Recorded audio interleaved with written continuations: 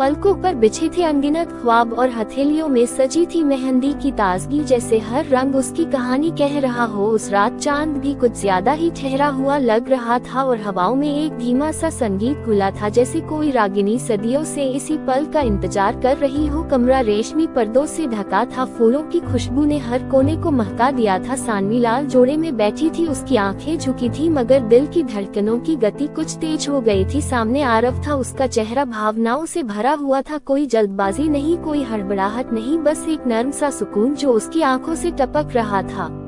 सानवी के बालों से रात की खुशबू आ रही थी, जैसे किसी रेशमी ख्वाब में डूबा हो। वह खुद को बार बार संभाल रही थी, पर हर बार खुद को और उलझा रही थी। आरव धीरे धीरे उसके पास आया, उसके कदमों की आहट भी जैसे जमीन ने अपने भीतर समा ली थी। वह बैठा उसकी आंखों के सामने और बिना कुछ कहे बस उसे देखता रहा। उसकी सांसों की गर्माहट सानवी की पलकों से टकरा रही थी, उसके गालों की लालिमा और बढ़ गई थी। कमरे की रोशनी धीमी थी और दीवारों पर फूलों की परछाइयां नाच रही थी। आरव ने सानवी का नाम धीमे से पुकारा, उसकी आवाज में कोई आग्रह नहीं था, बस एक पुकार थी जो सीधे आत्मा तक पहुंच रही थी। सानवी ने हल्के से अपनी नजरें उठाई, उनकी नजरें मिली और उन नजरों में जैसे पूरी कायनात सिमट आई थी। आरव ने उसका हाथ अपने हाथों में लिया, उसकी उंगलियां बहुत हल्की थी, जैसे ताजा पंखुड़ी हो। उसने धीरे से उसकी हथेली को अपनी हथेली में समेटा और उसे महसूस किया जैसे कोई वादा कर रहा हो कि यह हाथ अब कभी अकेला नहीं रहेगा। हवा की सरसराहट ने कमरे में संगीत की तरह हलचल पैदा कर दी थी। सानवी का चेहरा धीरे से झुका और उसकी सांसों की गर्मी आरव की सांसों से मिलने लगी। आरव ने उसकी मांग में सिंदूर भरा, वह क्षण बहुत पवित्र था, बहुत सरल, बहुत गहरा, जैसे दो आत्माओं का मिलन देवताओं की उपस्थिति में हो रहा हो। उसने सानवी की पलकों पर हल्का सा स्पर्श किया, उसकी उंगलियों की नरमी और आंखों की गहराई ने एक ऐसा रिश्ता बांधा जिसमें शब्दों की कोई आवश्यकता नहीं थी। आरव ने सानवी के चेहरे को अपने हाथों में लिया और उसके माथे को चूमा। वह चुंबन कोई साधारण क्रिया नहीं थी, वह एक घोषणा थी, एक स्वीकार था, एक श्रद्धा थी। सानवी ने पहली बार उसके कंधे पर सिर रखा, उसकी सांसें अब आरव के सीने की थाप के साथ चलने लगी थी। उनके बीच कोई शब्द नहीं थी, कोई औपचारिकता नहीं थी, सिर्फ स्पर्श था जिसमें अनंत धैर्य था और एक गहराई थी जिसमें सिर्फ आत्मीयता थी। आरव ने उसके बालों को सहलाया और उसकी आंखों में देखा, वहाँ कोई डर नहीं था, सिर्फ एक कोमल आग्रह था, एक मौन इच्छा थी कि आज की रात बस ठहर जाए।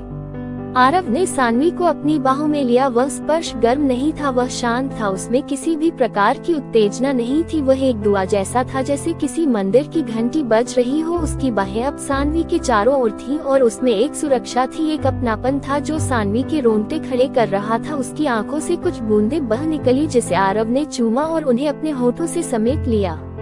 बिस्तर पर अब दो शरीर नहीं, दो आत्माएं थी जो एक दूसरे की गर्मी में, एक दूसरे की धड़कनों में खुद को तलाश रही थी। सानवी ने धीरे से कहा कि वह डर रही थी मगर अब नहीं रही, क्योंकि उसकी सांसों में अब आरव की खुशबू बस गई थी। आरव ने उसके गालों को अपने होठों से छुआ, उसकी गर्दन को अपने स्पर्श से सहलाया, उसकी पीठ पर अपने हाथ को धीरे से फिराया जैसे कोई पवित्र मूर्ति को स्पर्श कर रहा हो।